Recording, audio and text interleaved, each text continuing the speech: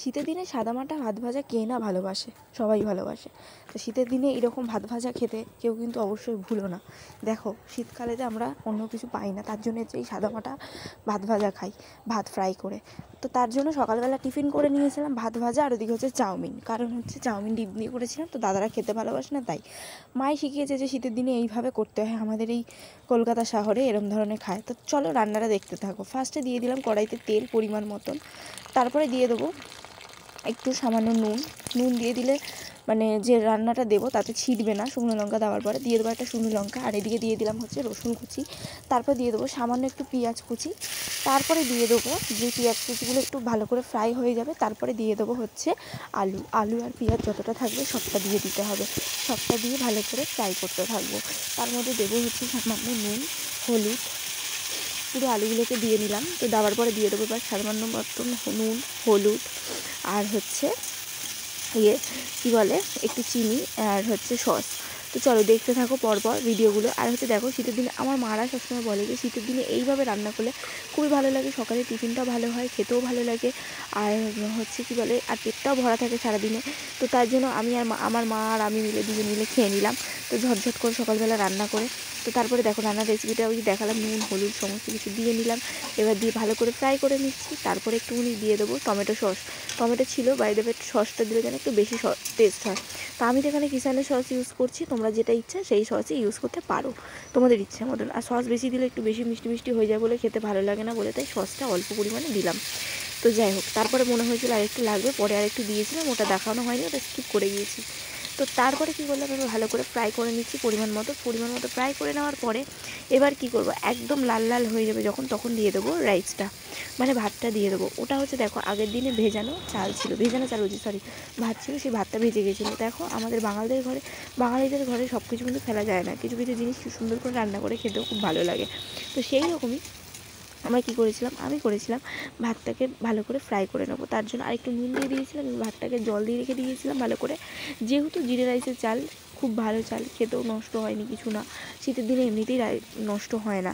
তো তোমাদের যেমনই চাল থাকুক না কেন তার মধ্যেই করে খাবে, ঠিক আছে। আর তারপরে দিয়ে দিলাম এবার ভাতগুলো দেখতেই পাচ্ছ, আর পুরো সলা ভাত ছিল, যেহেতু ভাতটা হয়েছিল রাত্রেবেলায়, এবার সেহেতু ভাতটা অনেকটা বেশি হয়ে গিয়েছিলো, তাই ভাতটা না ফেলে এইভাবে ফ্রাই করে নিচ্ছি। তো তোমরাও এইভাবে ফ্রাই করার চেষ্টা করো, ভীষণ ভালো লাগবে খেতে।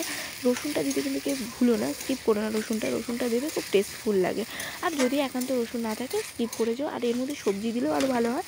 তো আমার সেইভাবে সবজি ছিল না বলে আমি ওই জন্য কী করবো, ফ্রাইটা এইভাবেই করেছি। তোমাদের যেভাবে সুবিধা মনে হবে তোমরা সেইভাবে ফ্রাই করবে। চলো তারপরে এবার ভালো করে ফ্রাই করব। এবার আমি একটু ভালো করে কড়াইতে নাড়িয়ে নিচ্ছিলাম, কারণ হচ্ছে লেগে যাওয়ার ভয় থাকে, এটাকে একটু সরে রাখবে, লেগে গেলে খেতেও ভালো লাগে না, টেস্টটাও হয় না, তাহলে পোড়া টাইপের হয়ে যায়। ভালো করে নাড়িয়ে সম্পূর্ণ পরিমাণে রান্নাটা করে নেবে। আর খেতে এতটাই সুন্দর পোলাওয়ের মতো লাগে, আর এর মধ্যে একটুখানি মানে সবজি কিছু মানে হচ্ছে স্যালাড থাকলে আরও বেশি ভালো লাগে। তো যাই হোক, আমি যেহেতু আলুটা দিয়ে দিয়েছিলাম, তো তোমরা এইভাবেই করে দেখো যে কেমন লাগে। তো আমার মা কাকিমাদের একটাই কথা যে শীতের দিনে তো নানান রকমের রেসিপি করে খাওয়া যায়, তো তোমরাও এইভাবে চেষ্টা করো। তারপরে দেখো সকালবেলা যেহেতু আমরা ডিম দিয়ে চাউমিন খেয়েছিলাম, তার জন্য স্যালাড কেটে লঙ্কা সাজিয়ে নিয়েছিলাম, আর ওখানে যে ভাত ভাজাটা করেছিলাম ওকে দাদাকে দিয়েছিলাম, শসা লঙ্কা আর পেঁয়াজ কেটে। তো ও তো খুবই ভালো খেয়েছে, বলছে অসাধারণ হয়েছে। তো তোমাদের কেমন লেগেছে অবশ্যই জানাতে ভুলো না কিন্তু।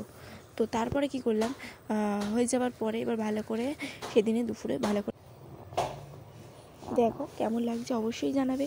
আর এইভাবে ভাত ভাজা করলে তোমার সেইভাবে কিছু লাগবেও না, খেতেও অপরূপ লাগবে। তো যাই হোক চলো, তারপরে দেখো চাউমিনটার রেসিপিটা দেখাতে পারিনি, চাউমিনটাও সেদিনকার ইয়াম্মি হয়েছিল, তো কী আর করা যাবে।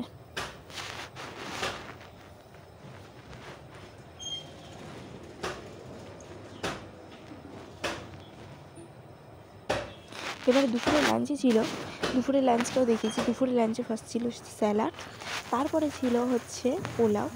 তো দেখো স্যালাডটা তো এইভাবে কেটে নিয়েছি, কী ছিল গাজর, তারপরে হচ্ছে টমেটো, তারপরে হচ্ছে লঙ্কা, ধনেপাতা, শসা, লেবু, আর হচ্ছে বিট লবণ দিয়ে ভালো করে এটা মাখানো হয়েছে। আর এদিকে ছিল হচ্ছে পোলাওয়ের মধ্যে দেওয়া হয়েছিল আলু ফুলকপি আর হচ্ছে এটা ভেজ পোলাও, আলু ফুলকপি আর হচ্ছে কী বলে তোমার সোয়াবিন, এই সমস্তটি করা হয়েছিল। আর ওদিকে হয়েছিল বকফুলের বড়া, তারপরে হচ্ছে বেগুনি, আর হচ্ছে আলুর বড়া, আর হয়েছে কী বলে আরেকটা কী হলো আলুর বড়া করেছিল। তো যাই হোক, সম্পূর্ণ রেসিপিটা আর আমাদের খেতে খুবই ভালো লাগে। তোমাদেরকে এই রেসিপিটা শেয়ার করবো, এই ভেজ পোলাও। তো তোমরা অবশ্যই আমার পাশে থেকো এবং ভিডিওটা দেখতে থেকো, তাহলে ভীষণ হেল্পফুল হবে। আর স্যালাড তো সবাই খেতে ভালোবাসে, আর এর সাথে জানো তো চিকেন মাটন যেটা দিয়ে করবো অতটা ভালো লাগে না, ঠিক এইভাবে মানে পকোড়া বা বড়া এইভাবে করবে, স্যালাড দিয়ে খাবে, তার টেস্টফুলটা অন্যরকম লাগে। চলো, তো পুরো ভিডিওটা দেখার অনুরোধ রইল, তোমরা কিন্তু দেখো পুরো ভিডিওটা। আর অবশ্যই ভাত ফ্রাইটা কেমন হয়েছে অবশ্যই কমেন্ট করে জানিও। তো তোমাদের সাথে তো আমি সবসময় প্রত্যেকটা লং ভিডিওতে থাকি, তোমরাও আশা করি আমার এই লং ভিডিওতে থাকবে।